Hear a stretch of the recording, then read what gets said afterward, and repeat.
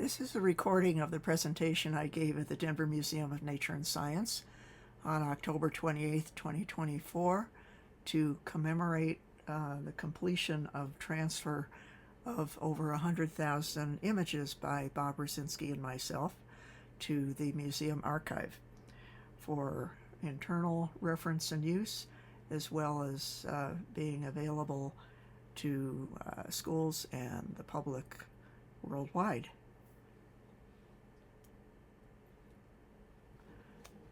Now, I know that Bob would be incredibly proud of our legacy being stored here at the museum.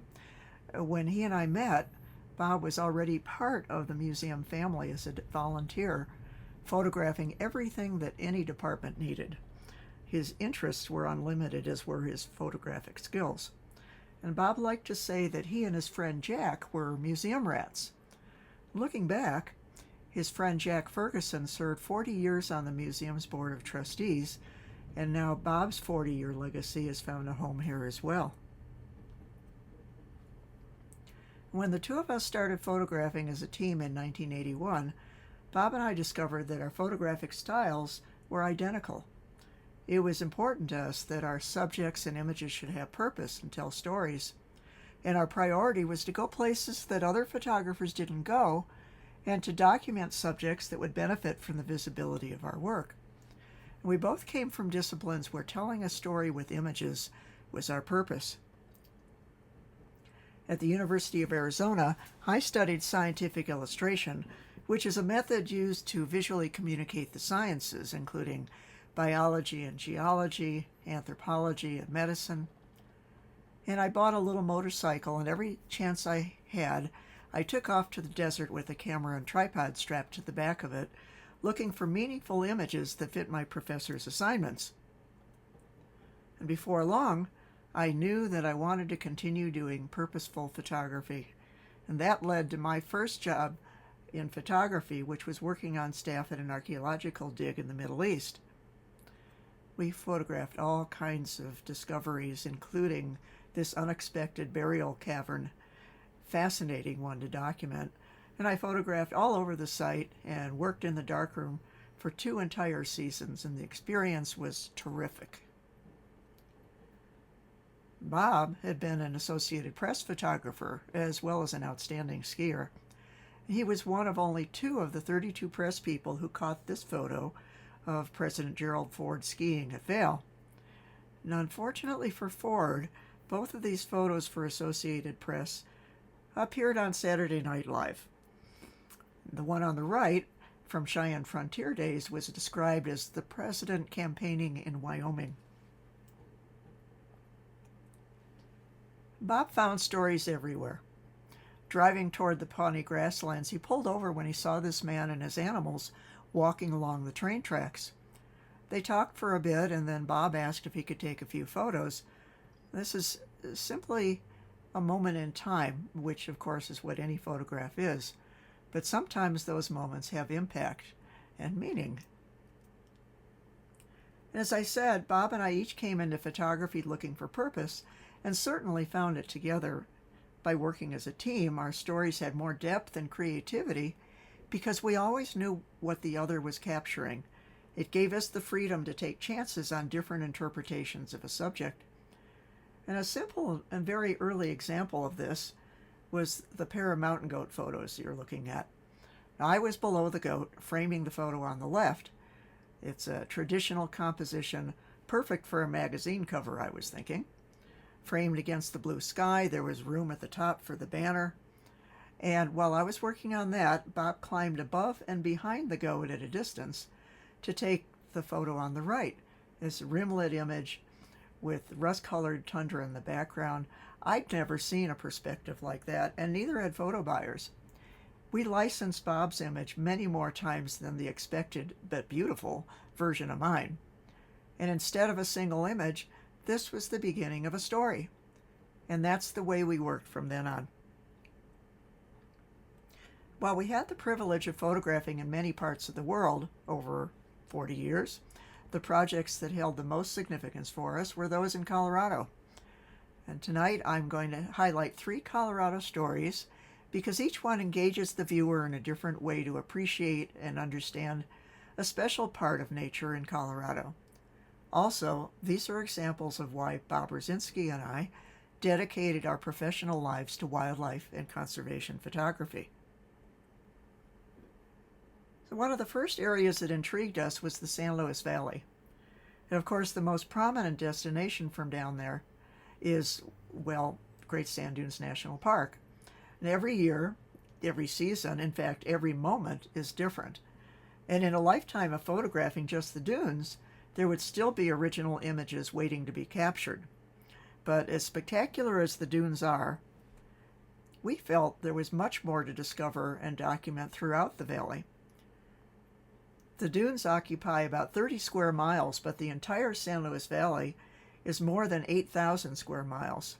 Exploring all of it was irresistible. And this led to our first book about the valley, which had the playful working title, Bigger Than Connecticut, because it is. Still undecided about a real title, at the beginning of fall when our deadline was imminent, we made one last trip to the valley.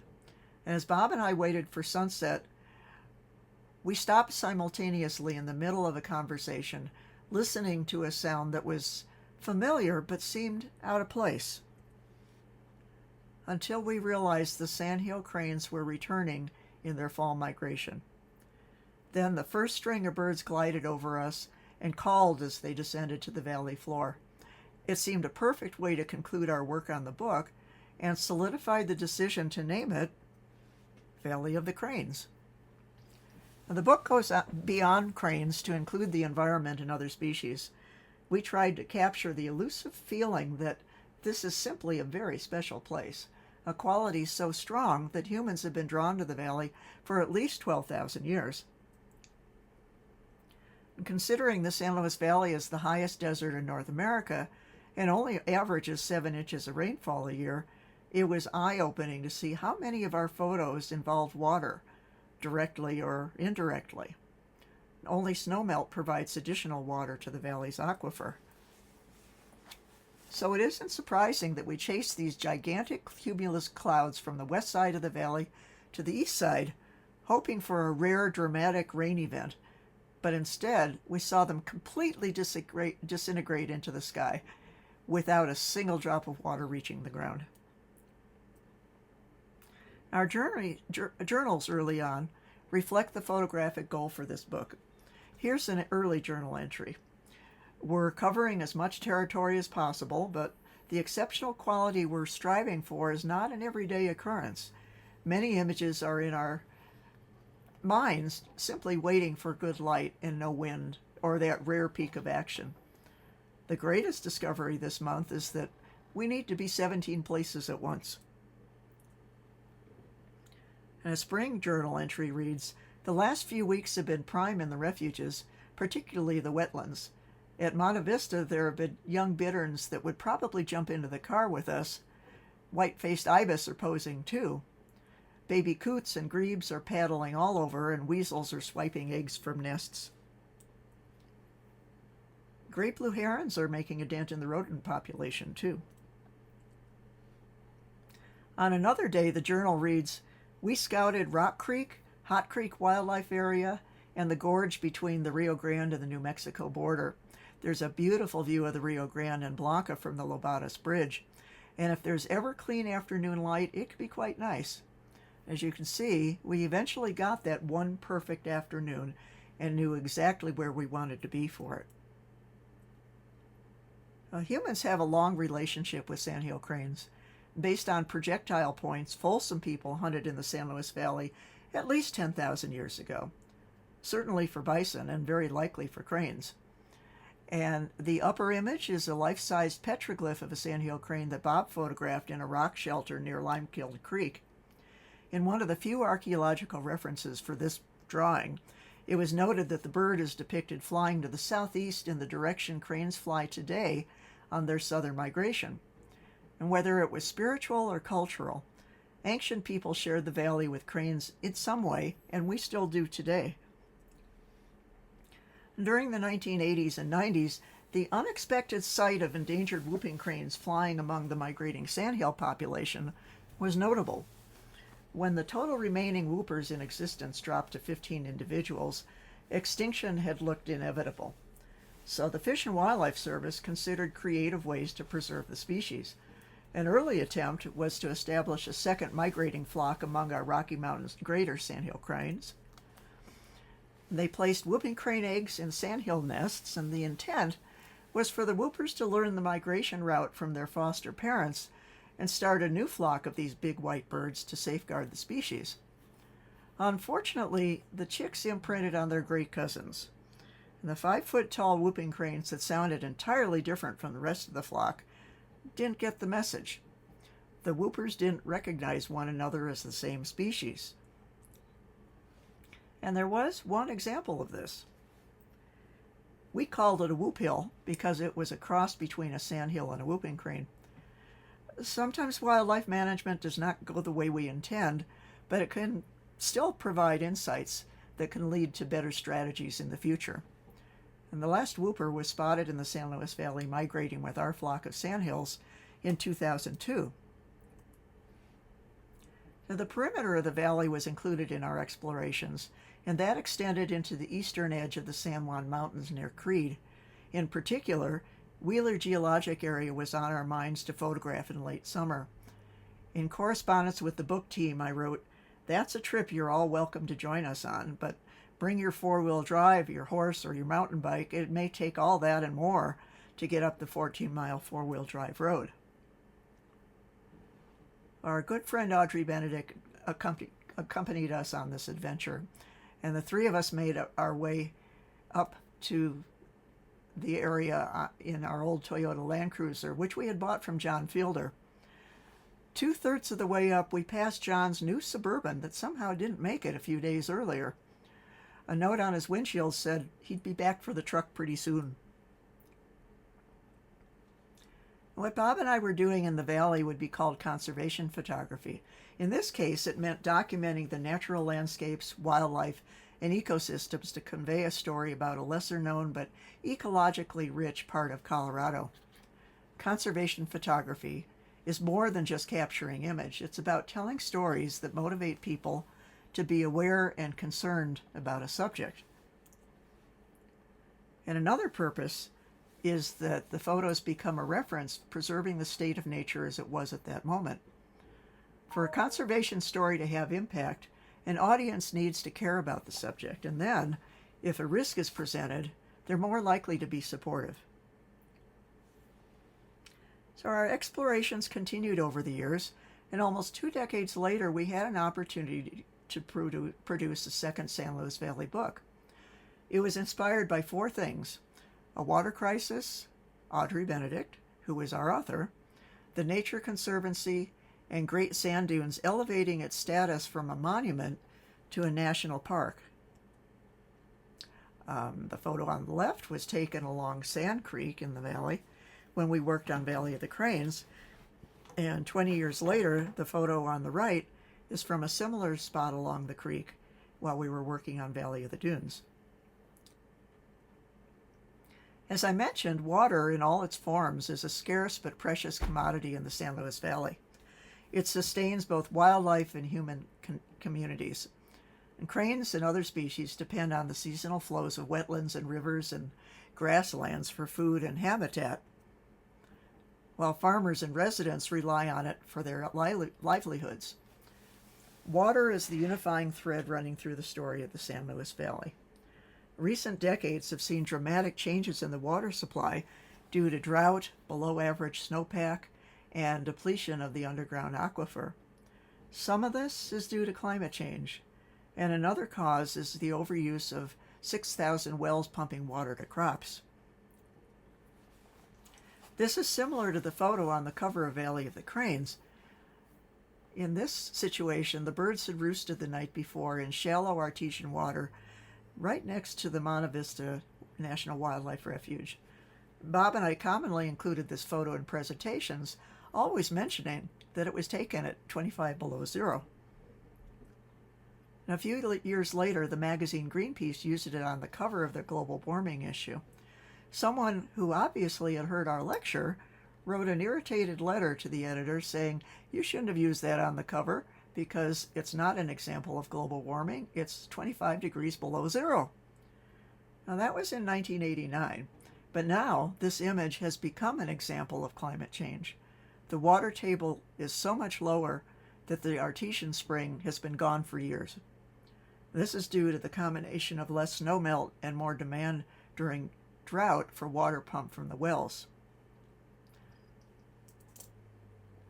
Today, the agricultural community is mitigating its water use to restore the aquifer, but every decade or so, pressure from urban markets along our Front Range brings attempts to buy San Luis Valley water to transport to the population centers.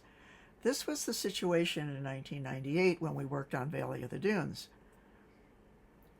For 2 decades, the Baca Ranch, bordering much of the western side of what then was Great Sand Dunes National Monument, was owned by water developers with an eye on drilling down and selling water outside the valley.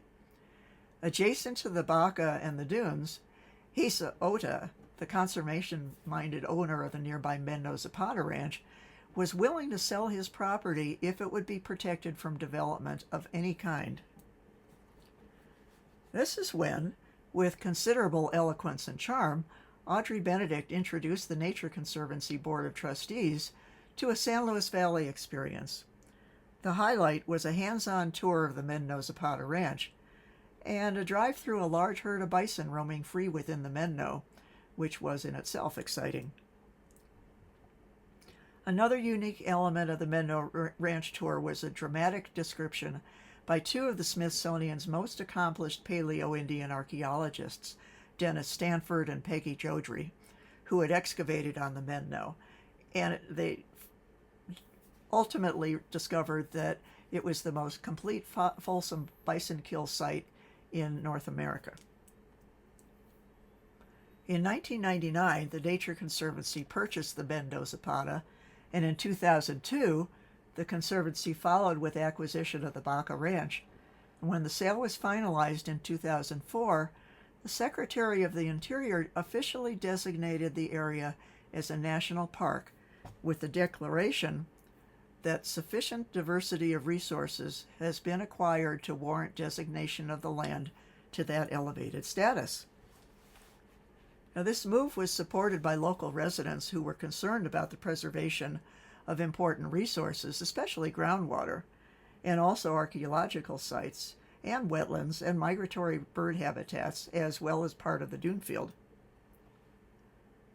Portions of both ranches were transferred to the federal government. Part of the Baca became a national wildlife refuge, and the entire project was praised for its large-scale conservation impact and the collaboration of local, state, and federal partners. Because the streams and wetlands on those ranches continually create and replenish the dune system, the purchase of the land and its water rights also protected the existence of the Great Sand Dunes themselves. But we can't get complacent. Another proposal to transport water out of the San Luis Valley faces opposition this year. A current candidate, partly funded by water developers, has pushed the plan, but it faces strong resistance from Valley residents, and it's also opposed by Senators Bennett and Hickenlooper, Governor Polis, and the Colorado Water Conservation Board. And if an effort should ever get past that level of opposition, the final approval would require the Secretary of the Interior to ensure there are no negative impacts on costs, wildlife refuges, or Great Sand Dunes National Park. So given the timing, Valley of the Dunes played a key role in shaping the broader conservation success story in the San Luis Valley. With arrangements through the Nature Conservancy and Great Sand Dunes National Park, our images made their way to Congress and the media. And former Senator and Interior Secretary Ken Salazar wrote the foreword to our book and even gave a copy to Chief Justice John Roberts. Audrey's compelling writing, combined with our visual storytelling, found great purpose, which in hindsight was what Bob and I originally set out to do, though there's no way we could have imagined that we'd become nature's advocates to this extent. This takes it to my second story. It started when I was in London to accept a first prize that Bob and I won jointly in the Wildlife Photographer of the Year competition.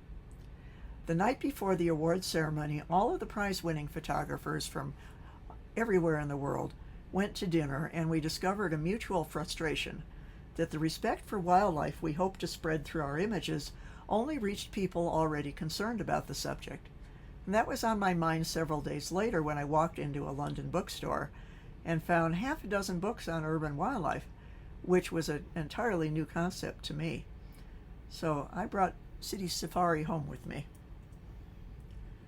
Bob and I had already been photographing wildlife in the city, like this Canada goose defending its nest of golf balls adjacent to a driving range. The book inspired us to make a more conscious effort to seek out the wildlife around us. I started looking for foxes and realized that sometimes our greatest opportunities come to us from unexpected places. Then a fascinating opportunity came our way that included a major urban wildlife component. It starred endangered peregrine falcons. The project was to draw attention to the insecticide DDT, which was causing raptor populations to plummet. The chemical affected the calcium in eggshells, making eggs too thin to hatch in the nest. The Peregrine Fund in Idaho developed a spectacular plan to swap eggs from wild nests, replace them with dummy eggs, and then hatch and return chicks to those nests to be raised by the parents. And 6 major Colorado wildlife organizations came together to form the Peregrine Partnership. Bob and I were invited to join the group to document a wild nest and 2 media events. The first event was the placement of chicks hatched by the Peregrine Fund into a wild peregrine nest in Dinosaur National Monument. The image on the left was the view from our photo blind about 80 feet away, and on the right is the little blind that we used. It's tied to a very sturdy bush 600 feet above the Yampa River. The arrow is pointing to what you see on the right, which is the state raptor biologist Jerry Craig and a TV cameraman who rappelled 100 feet down from the top of the canyon to check the nest before bringing down the chicks.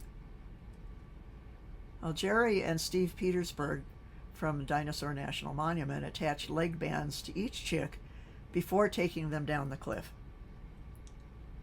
And a week after the youngsters were introduced and the family had time to settle in, Bob and I started documenting the birds from our blind. The adult's instinct kicked in right away, and the kids eventually fledged, just as if their hatching had been normal. Now, the wild release was followed by a well-publicized happening in downtown Denver.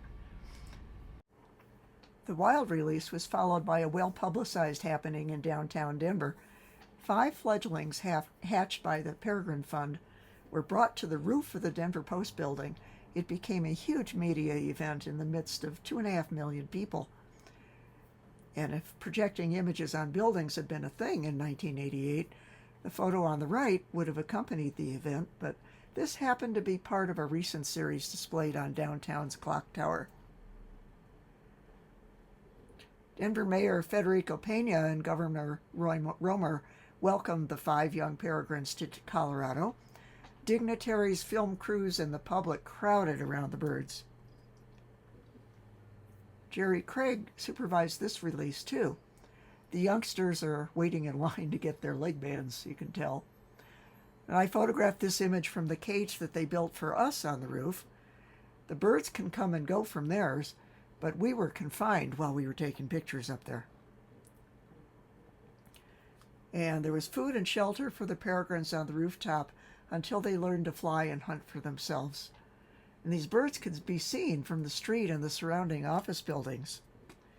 For a month, everything the fledglings did made news. Between the wild and urban releases, Coloradans developed an empathy and understanding about peregrine falcons.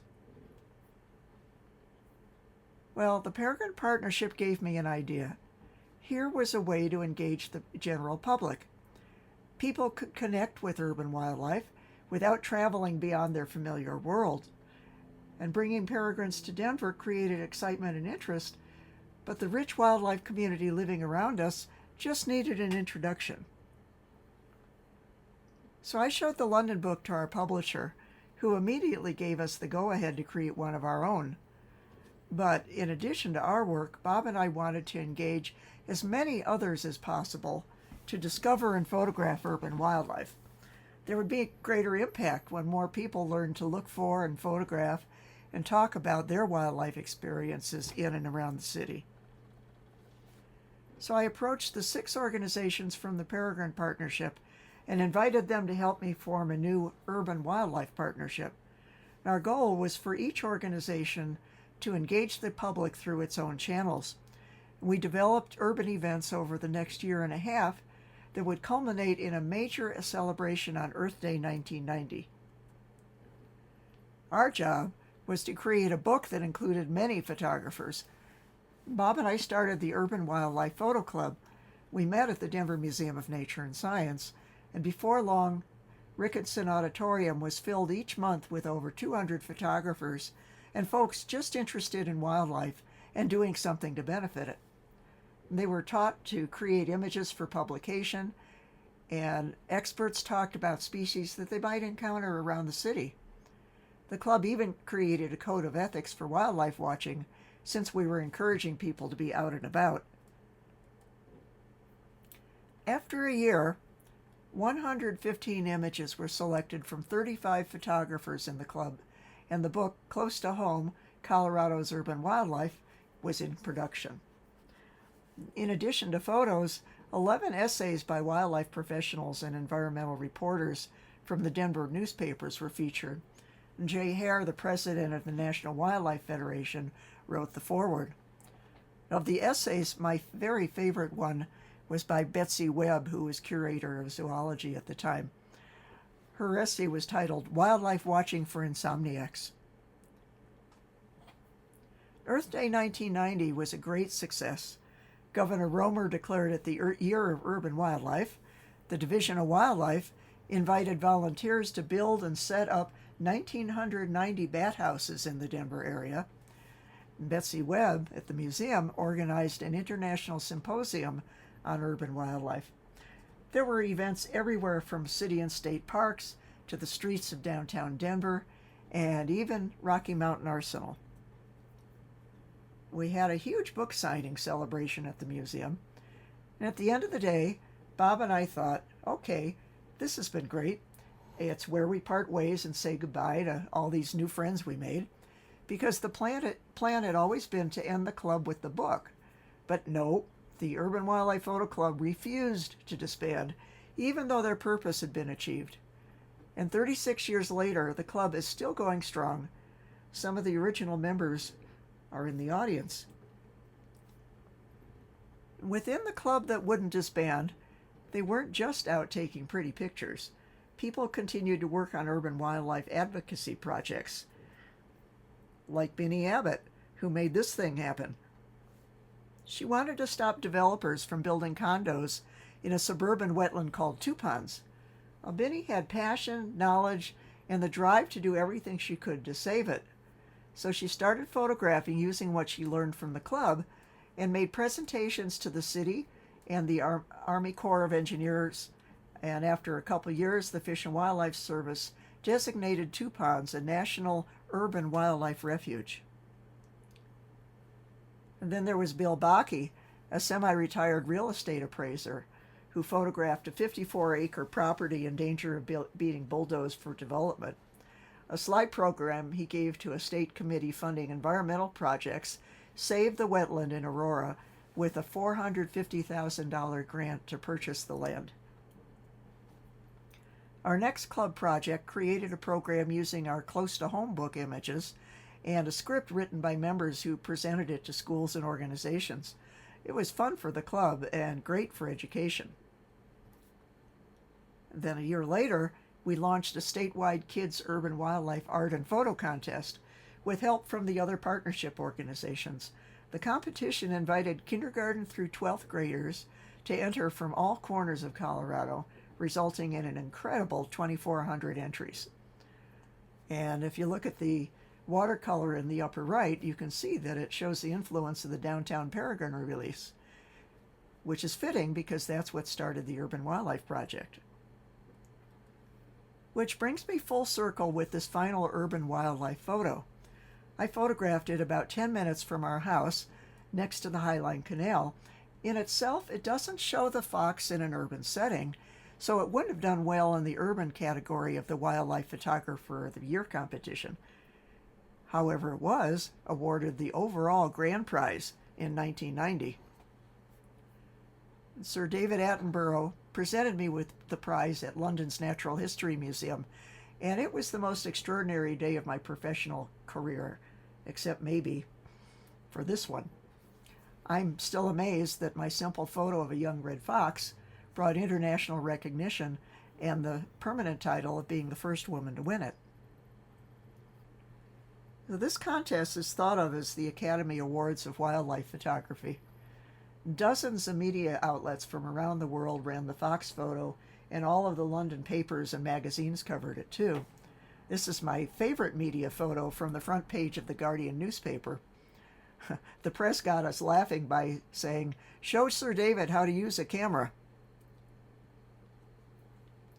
And I was in London 2 weeks ago for this year's contest awards, which also celebrated the 60th anniversary of the competition. I'd been invited as a previous grand prize winner, and it was thrilling to be part of the event again. On to the final conservation story for this evening. I feel it's the most notable and far-reaching one for Bob and myself. Let me tell you about a place 30 minutes from our house. It's Rocky Mountain Arsenal. Bob and I led spring birding trips in eastern Colorado for the Denver Museum of Nature and Science, and the first stop of our car caravan on the way out of town was always the Arsenal. And the place wasn't open to the public, but our group could look across the fence with binoculars and spotting scopes, and it was always worth the stop. One time, a dozen of us were watching pheasants roosting in a locust tree when a military jeep sped to a halt inside the fence right in front of us. And the jeep was filled with soldiers in camo gear, holding rifles. And one of the soldiers said, "You can't be here, you've got to leave right now." So even though we weren't on Arsenal property, we picked up our spotting scopes and moved on. And that was my first impression of Rocky Mountain Arsenal. And it happens that Bob grew up about 5 miles from the site. He was taught to stay as far away as he could, and that was the typical attitude of the outside world. Out of sight, out of mind. The Arsenal was established in 1942 by the Army to produce chemical weapons during World War II. And later, Shell Chemical manufactured pesticides, including no-pest strips. Now, the toxic waste from all that stuff kept the base off limits to the public decades later. And if that wasn't enough, the Arsenal also had the reputation of containing the most toxic square mile on Earth. No one wanted to do anything to do with the place, and we didn't either, until 1988. And then something purposeful changed our minds. 2 fish and wildlife biologists approached us on behalf of the Department of Justice about documenting the property, particularly its wildlife. Now, this was an unexpected request.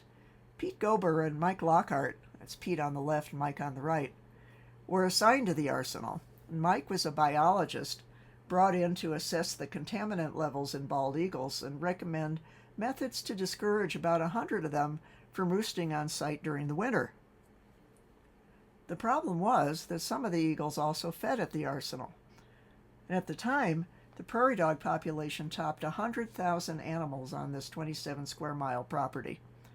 They could be contaminated by the chemicals. Now, this was already considered an awful place, but if it was discovered that bald eagles were dying, imagine the public response. So whether the solution was to pave the place over, cut down the trees, or otherwise keep the roosting eagles away, Mike was supposed to recommend an action that would remove the problem. But it didn't take him long to realize this wasn't just an eagle situation. There were significant wildlife populations living in a thriving prairie ecosystem. So this changed the direction of Fish and Wildlife entirely.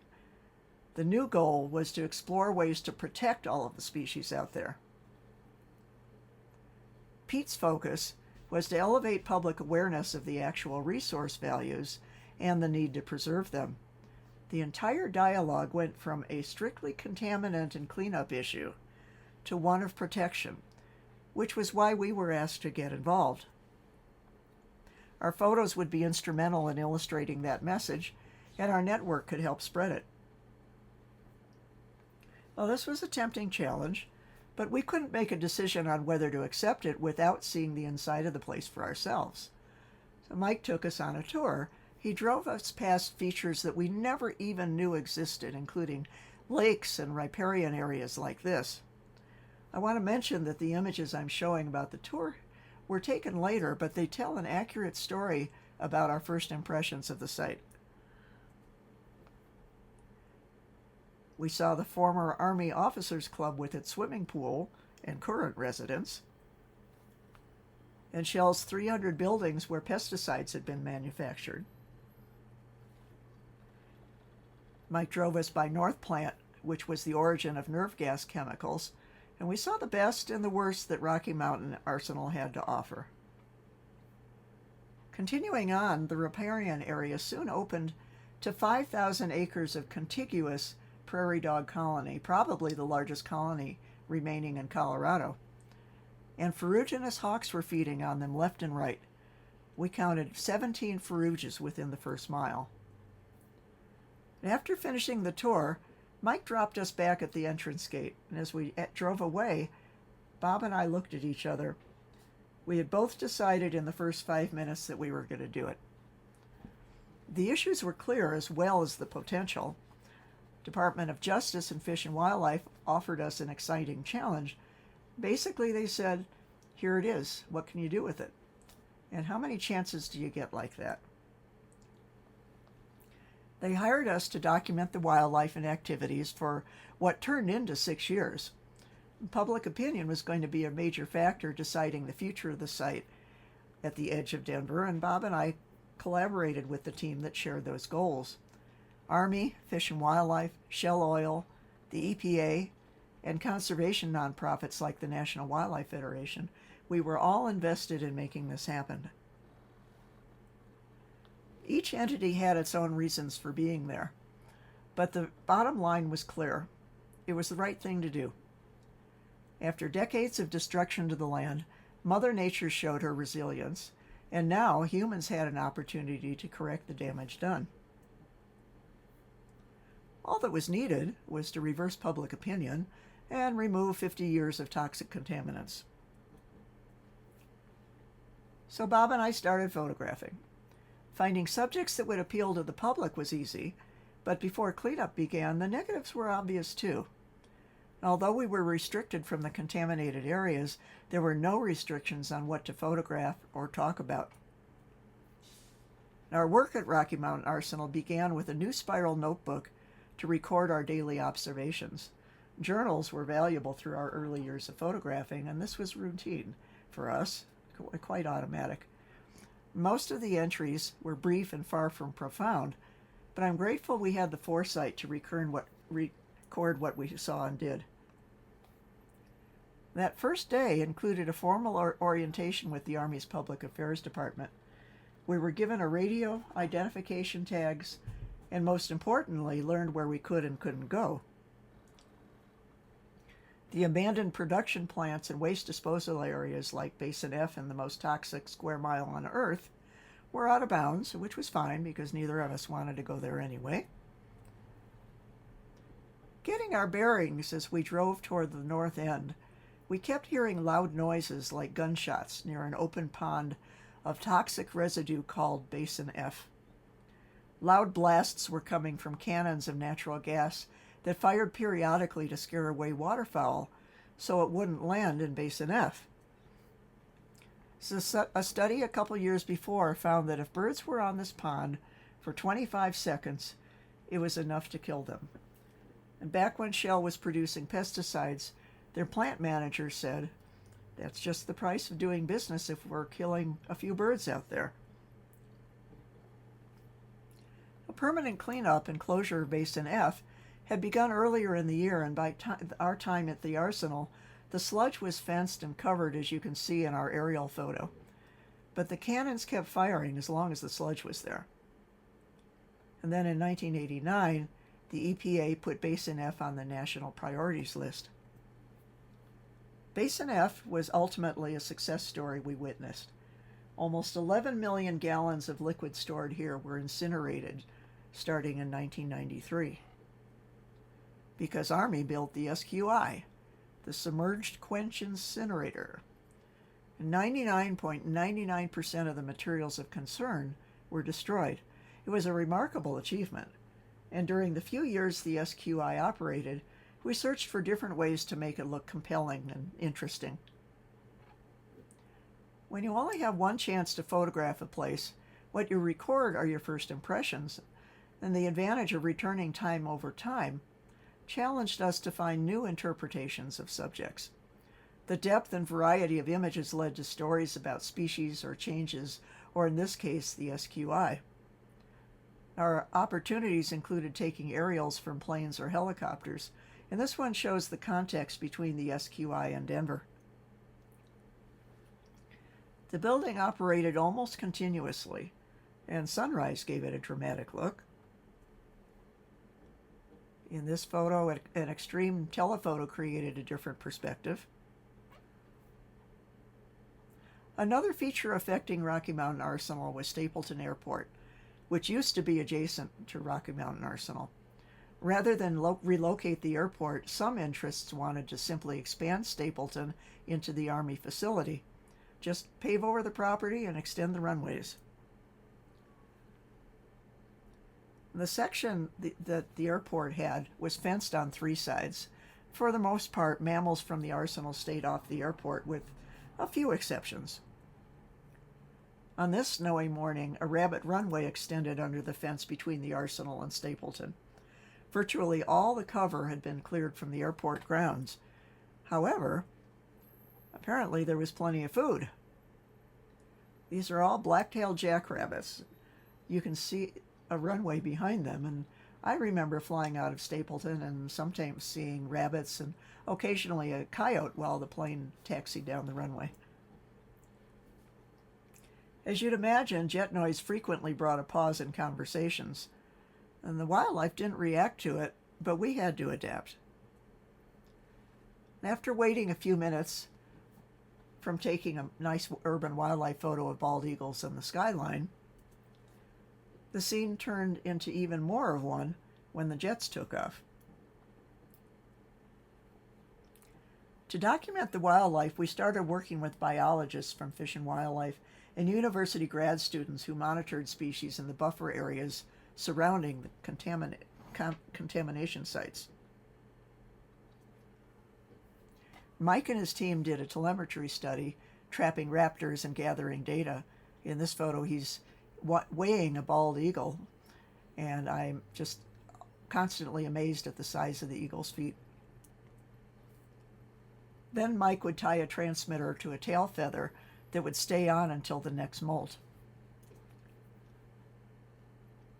Telemetry located the transmitters so researchers could track their movements.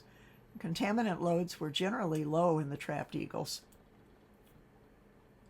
One of the interesting discoveries was that eagles ate a lot of prairie dogs, but they never killed them. They just stole prey from ferruginous hawks like this one. Prairie dogs were the keystone species for much of the ecosystem, and it was important to see where prairie dogs were the keystone species for much of the ecosystem, and it was important to see where and how they and other rodents were affected by contaminants. The prairie dogs were trapped and monitored. Researchers took blood samples and measurements and attached ear tags, and quickly returned them to their burrows. Live traps were set for other rodents too. At sunrise each day, they'd open the traps one at a time, and when they finished their work, it was our turn to photograph each animal quickly, so we came up with a solution. We built a portable field studio. It had 4 sides, no top, no bottom. Flashes were attached to 2 sides, and holes were cut in front for the lens. And one of us would herd and the other would shoot. Our field studio was always set up on the spot where the trap had been, so our photos showed the actual habitat that the animal lived in. And after photographing, we'd lift the enclosure and it would be free. Well, that sounds like a great plan, right? We discovered that to a mouse, a short grass prairie is a forest, and getting them cleanly in the frame wasn't even easy in the small enclosure. And since Bob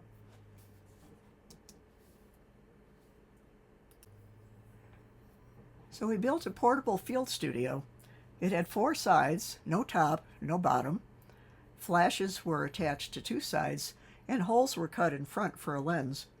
One of us would herd, and the other would shoot. Our field studio was always set up on the spot where the trap had been, so our photos showed the actual habitat that the animal lived in. And after photographing, we'd lift the enclosure and it would be free. Sounds like a great plan, right?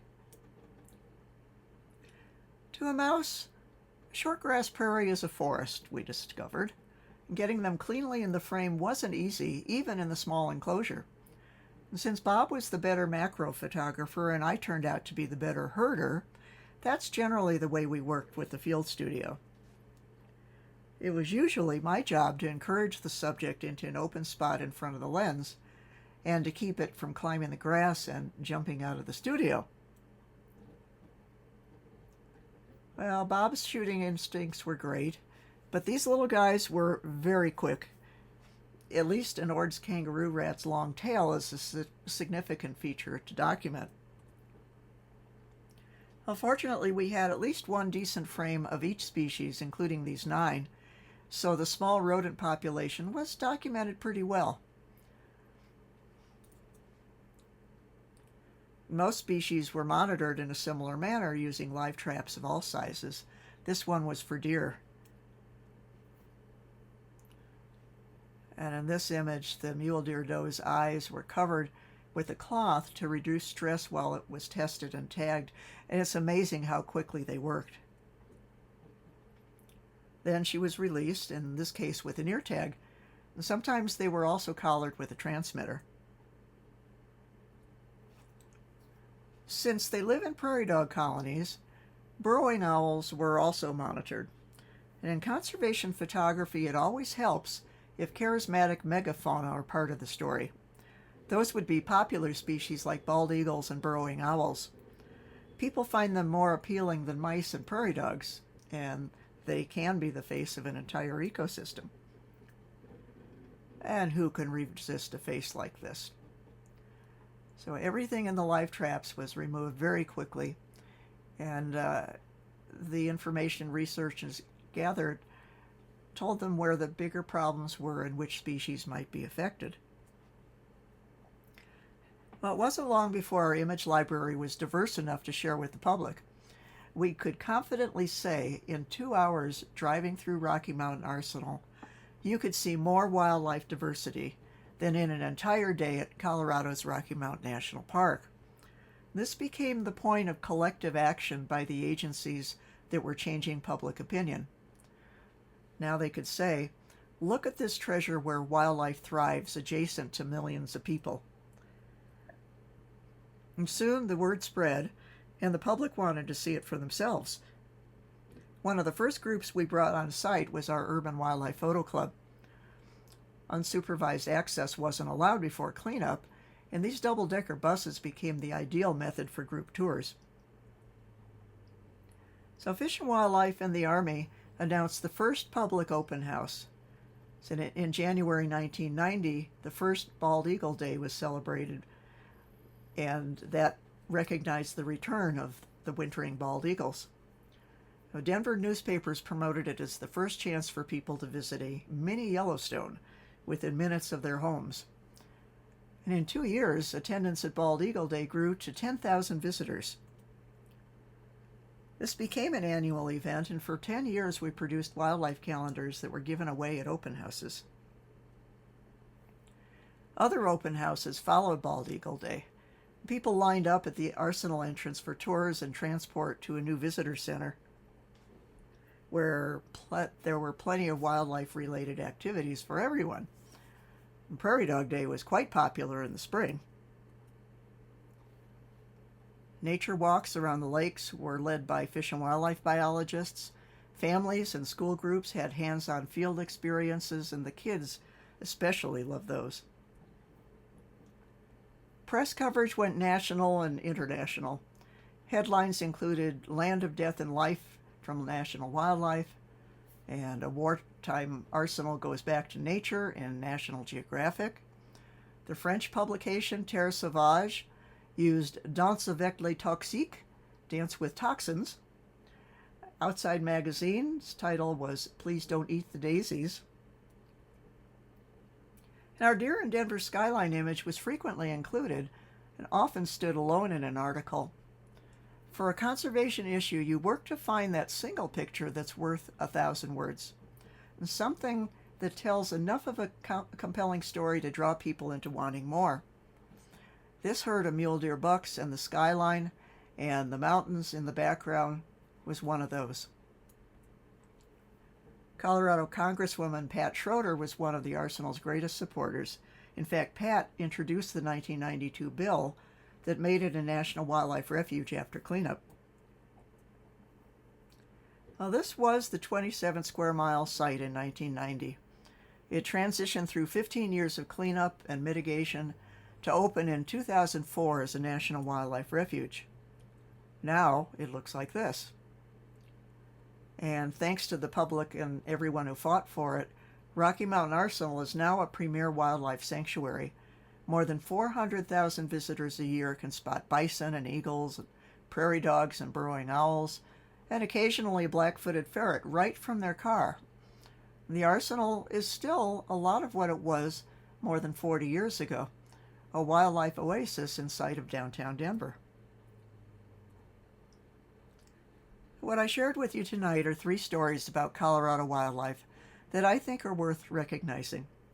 Each one reveals a unique issue affecting wildlife and humans, and other subjects and images of ours from here and surrounding states are also part of the archive. That includes photos from 9 of our Colorado books. The archive has access to our journals, and I'll be recording details about the projects and images that we donated that add descriptive information. All of this doesn't just document wildlife, though. It tells stories. And the stories connect people to the natural world and hopefully create a deeper understanding of why conservation is important. Along the way, Bob and I collaborated with biologists and landowners and organizations and others who cared about nature. The impact reached further than if we had worked without them. And often it took networking to make things happen on a large scale, which is a reminder that true conservation is a team effort. And now our images will continue to be valued and accessible to an even wider audience and for a considerably longer period of time. It's a legacy I'm very proud of, and I know Bob would agree, and he'd also have something very clever to say about it. But finally, this archive is another way for me to give back to nature, to the wildlife and ecosystems that have brought me so much peace and purpose throughout my life.